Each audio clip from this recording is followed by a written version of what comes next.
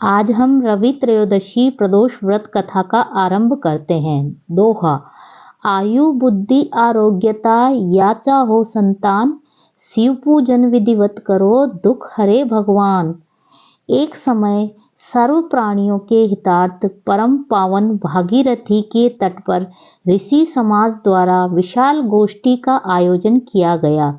विज्ञ महर्षियों की एकत्रित सभा में व्यास जी के परम शिष्य पुराण वेता सूत जी महाराज हरि कीर्तन करते हुए पधारे।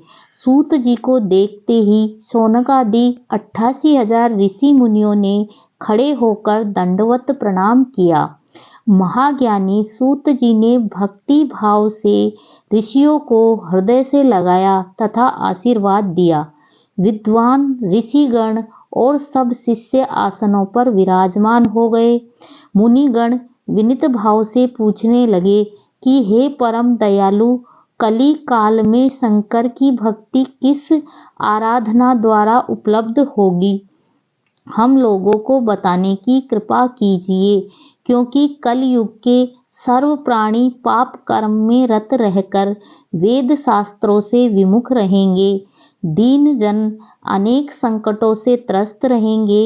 हे मुनि, श्रेष्ठ कली काल में सत्कर्म की ओर किसी की रुचि न होगी। जब पुण्य क्षीण हो जाएंगे तो मनुष्य की बुद्धि असत कर्मों में सत्कर्म की ओर किसी की रुचि न होगी। जब पुण्य क्षीण हो जाए तो मनुष्य की बुद्धि असत कर्मों की ओर खुद ब खुद प्रेरित होगी, जिससे दुर्विचारी पुरुष वंश सहित समाप्त हो जाएंगे। इस अखिल भूमंडल पर जो मनुष्य ज्ञानी होकर ज्ञान की शिक्षा नहीं देता, उस पर परम पिता परमेश्वर कभी प्रसन्न नहीं होते हैं। हे महामुने, ऐसा कौन सा उत्तम व्रत है जिससे मनवांछित फल की प्राप्ति होती हो? कृपा कर बतलाइए। ऐसा सुनकर दयालु हृदय श्री सूत जी कहने लगे कि हे श्रेष्ठ मुनियों तथा शौनक जी, आप धन्यवाद के पात्र हैं। आपके विचार सराहनीय एवं प्रशंसनीय है। आप वैष्णव अग्रगण्य हैं, क्योंकि आपके हृदय में सदा परहित की भावना रहती है। इसलिए हे शौनक आदि ऋषियों, सुनो, मैं उस व्रत को तुमसे कहता हूँ जिसके करने से पाप नष्ट हो जाते हैं, धन वृद्धि कारक, दुख विनाशक, सुख प्राप्त कराने वाला, संतान देने वाला, मनवांछित फल प्राप्ति कराने वाला यह व्रत तुमको सुनाता हूँ, जो किसी समय भगवान शंकर ने सती जी को सुनाया था।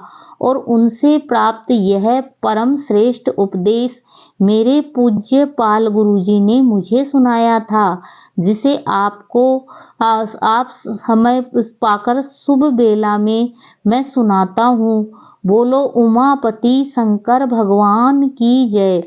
सूत जी कहने लगे कि आयु वृद्धि स्वास्थ्य लाभ हेतु रवि त्रयोदशी का व्रत करे। इसकी विधि इस प्रकार है। प्रातः स्नान कर निराहार रहकर शिव ध्यान में मग्न हो शिव मंदिर में जाकर शंकर की पूजा करे। पूजा के पश्चात अर्धपुंड त्रिपुंड का तिलक धारण करे।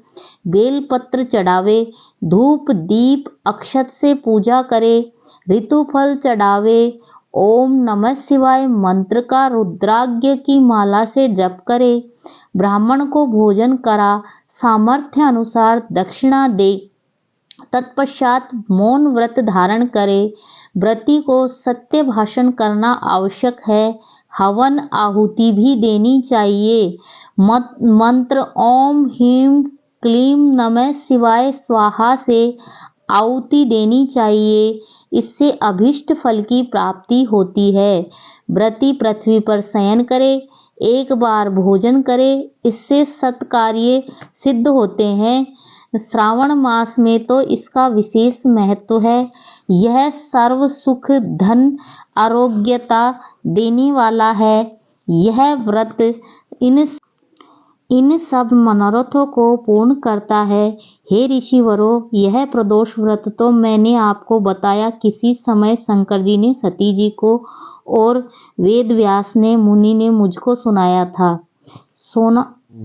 सौनक आदि ऋषि बोले, हे पूज्यवर महामाते, आपने यह व्रत परम गोपनीय, मंगलप्रद, कष्ट निवारक बतलाया है।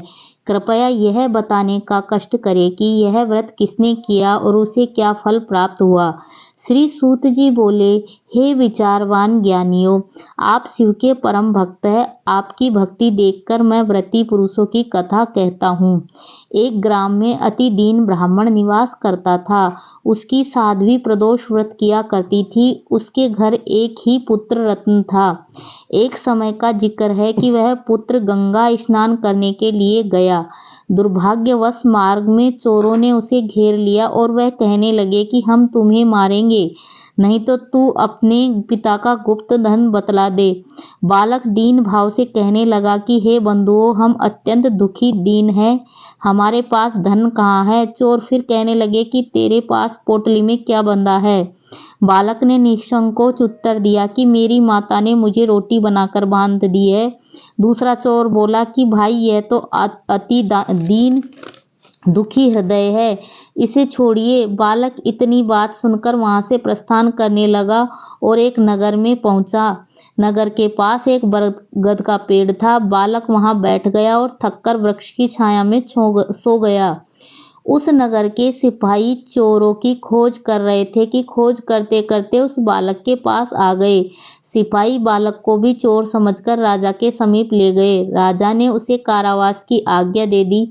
उधर बालक की मां भगवान शंकर जी का प्रदोष व्रत कर रही थी। उसी रात्रि राजा को स्वप्न हुआ कि यह बालक चोर नहीं है, प्रातः छोड़ दो, नहीं तो आपका वैभव राज्य सब शीघ्र ही नष्ट हो जाएगा। रात्रि समाप्त होने पर राजा ने उस बालक से सारा वृत्तांत पूछा। बालक ने सारा वृत्तांत कह सुनाया। वृत्तांत सुन राजा ने सिपाही भेजे। बालक के माता पिता को पकड़वाकर बुला लिया। राजा ने उन्हें जब भयभीत देखा तो कहा, तुम भय मत करो, तुम्हारा बालक निर्दोष है। हम तुम्हारी दरिद्रता देखकर 5 गांव दान में देते हैं। शिव की दया से ब्राह्मण के आनंद होने लगे। इस प्रकार जो कोई इस व्रत को करता है उसे आनंद प्राप्त होता है।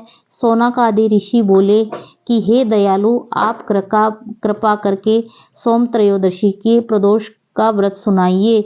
ये अगली कथा में आपको सुनाएंगे। इस प्रकार रवि त्रयोदशी व्रत कथा पूर्ण हुई। इस कथा को सुनने तथा पढ़ने वाले व्यक्ति की सारी मनोकामनाएं पूर्ण होती है। बोलो भगवान शिव शंकर की जय।